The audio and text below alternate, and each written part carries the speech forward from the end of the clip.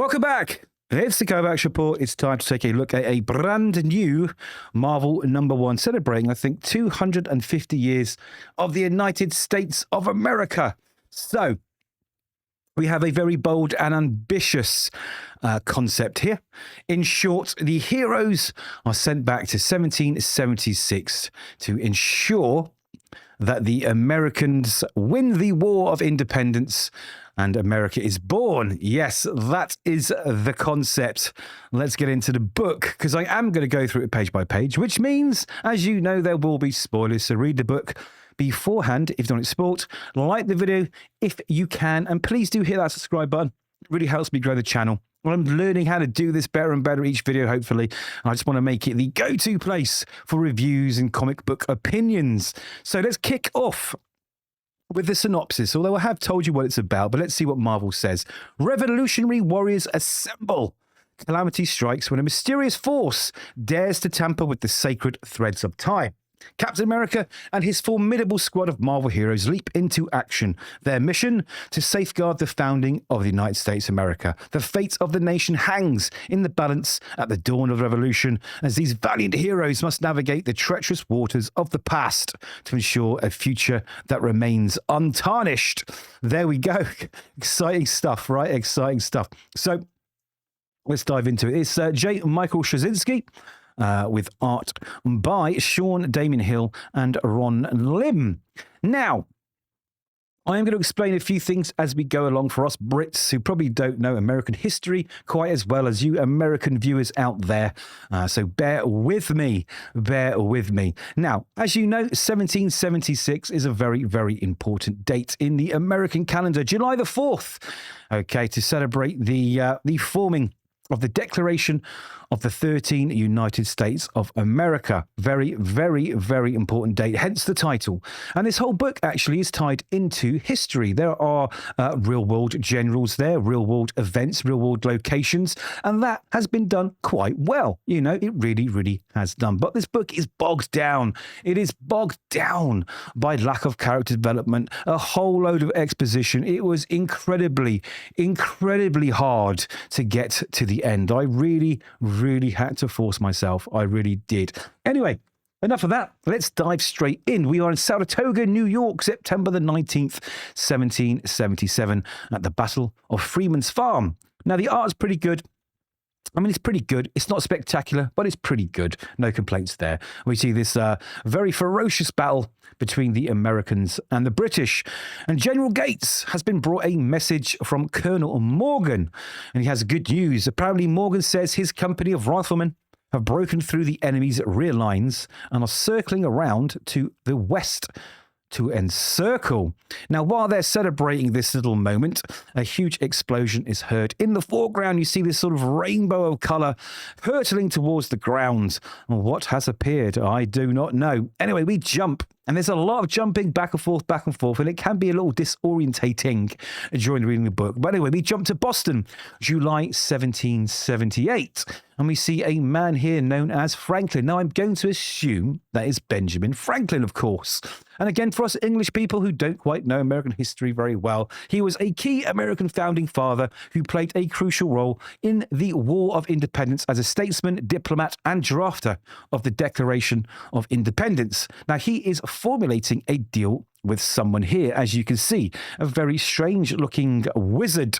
It's Cagliostro. Yes, he was once a very powerful magician, okay, a millennia-old sorcerer.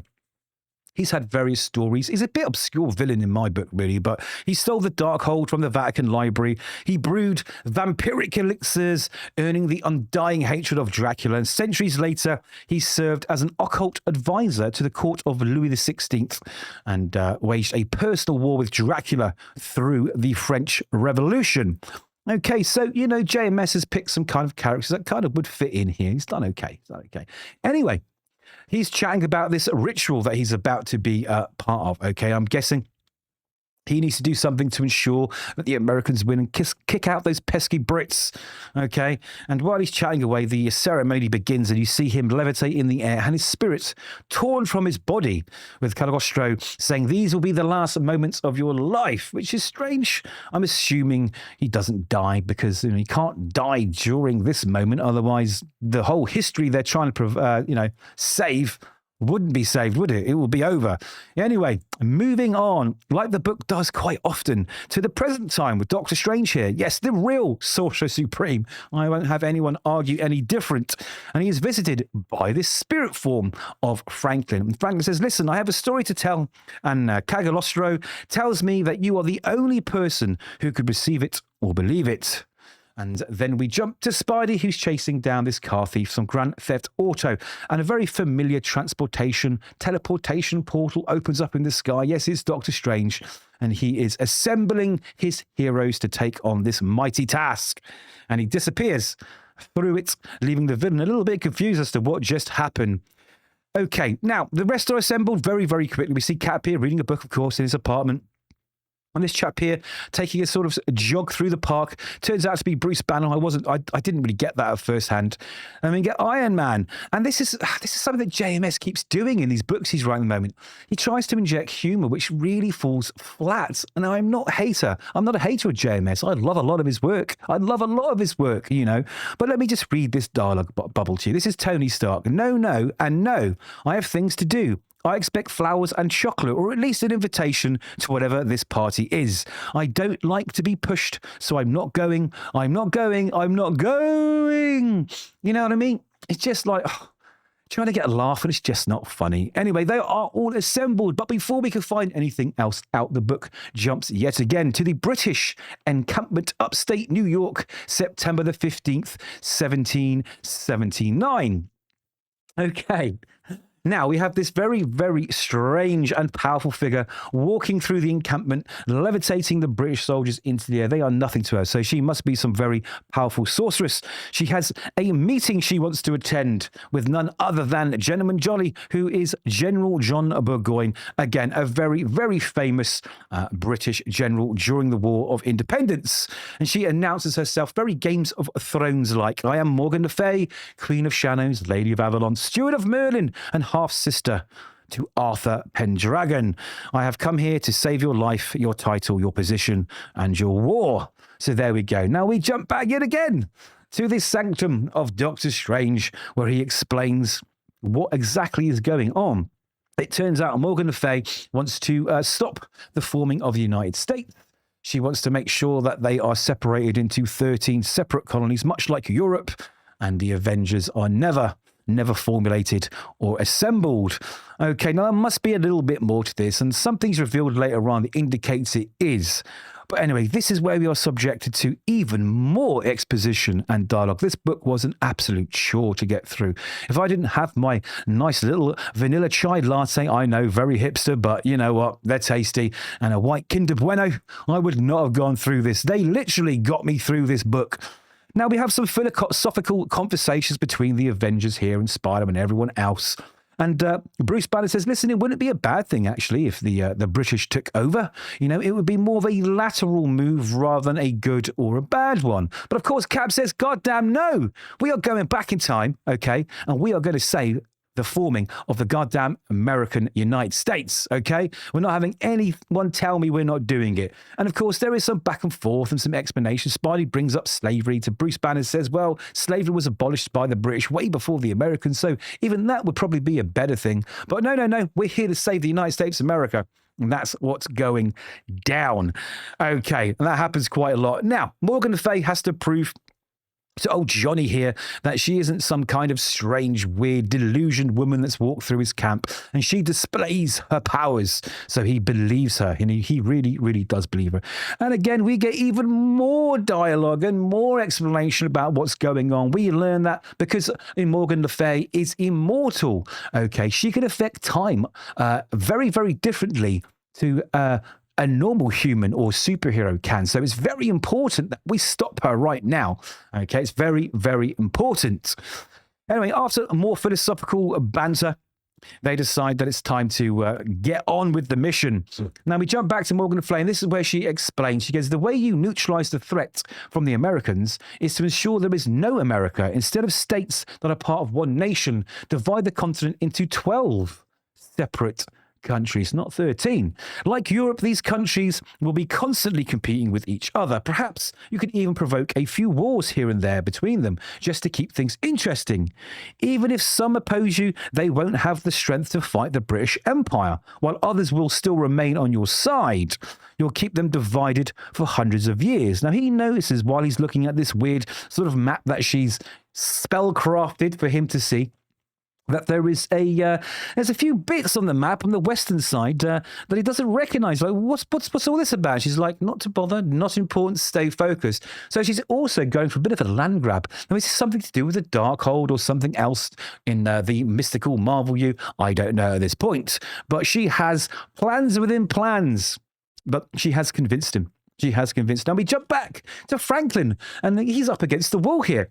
Literally at a firing squad, okay? And he gives this great speech, of course he does. He's Benjamin Franklin, and the guns fire. Now, this confuses me slightly because he can't die here because, again, the whole history, the whole thing they're trying to save would literally end and change. So maybe at the last second, someone comes in and saves him. But we don't see that, okay? We don't see that. Now, again, we jump back to Doctor Strange.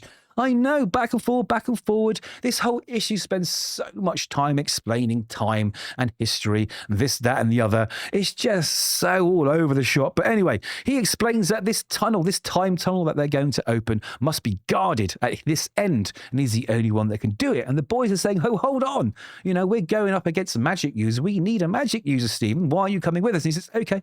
I've got someone that will come in my stead. It's clear the Sorcerer Supreme of the Dark Dimension, who is also further down the line, I think, I'm not sure where this timeline fits, becomes Stephen Strange's wife.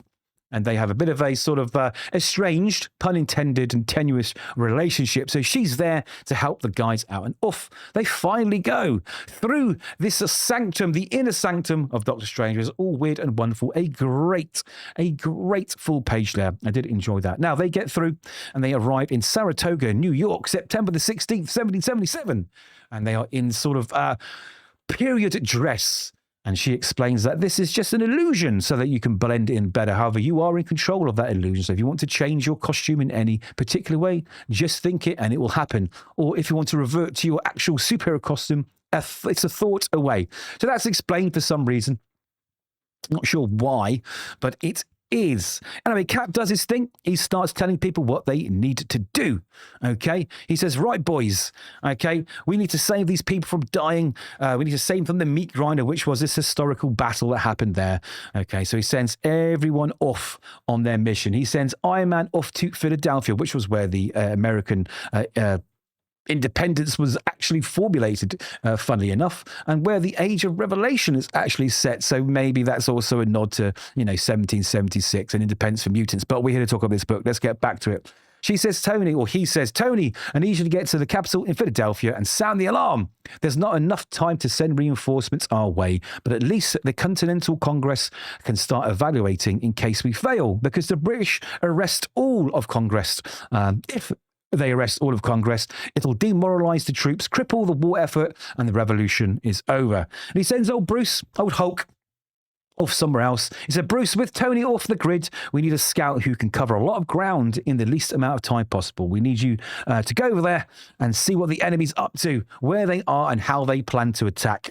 Okay, so what's Pete and what is good old Cap going to do? Well, they need to go get someone of the present time on their side to help them. So Pete suggests, hey, who? Is it Washington? And he says, no, General Horatio Gates.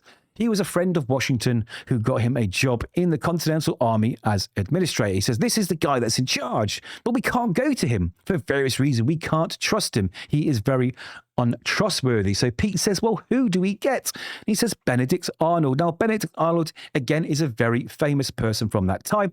He was, was he British-born American or American-born Brit? It's one of the two. Anyway, he was a traitor and committed treason, and he jumped from the American side to the British side, but he was found out and charged with treason. Now, That is a bit of a twist. Why would Cap and Pete seek out the help of someone that would cause treason? Wouldn't that go against their mission? We will soon find out. But they cannot get caught up with good old General Gates. But before they can get any further, they have stumbled upon some of Gates' soldiers, and they have captured Pete and Captain America and are considering them spies. And that's where the issue ends.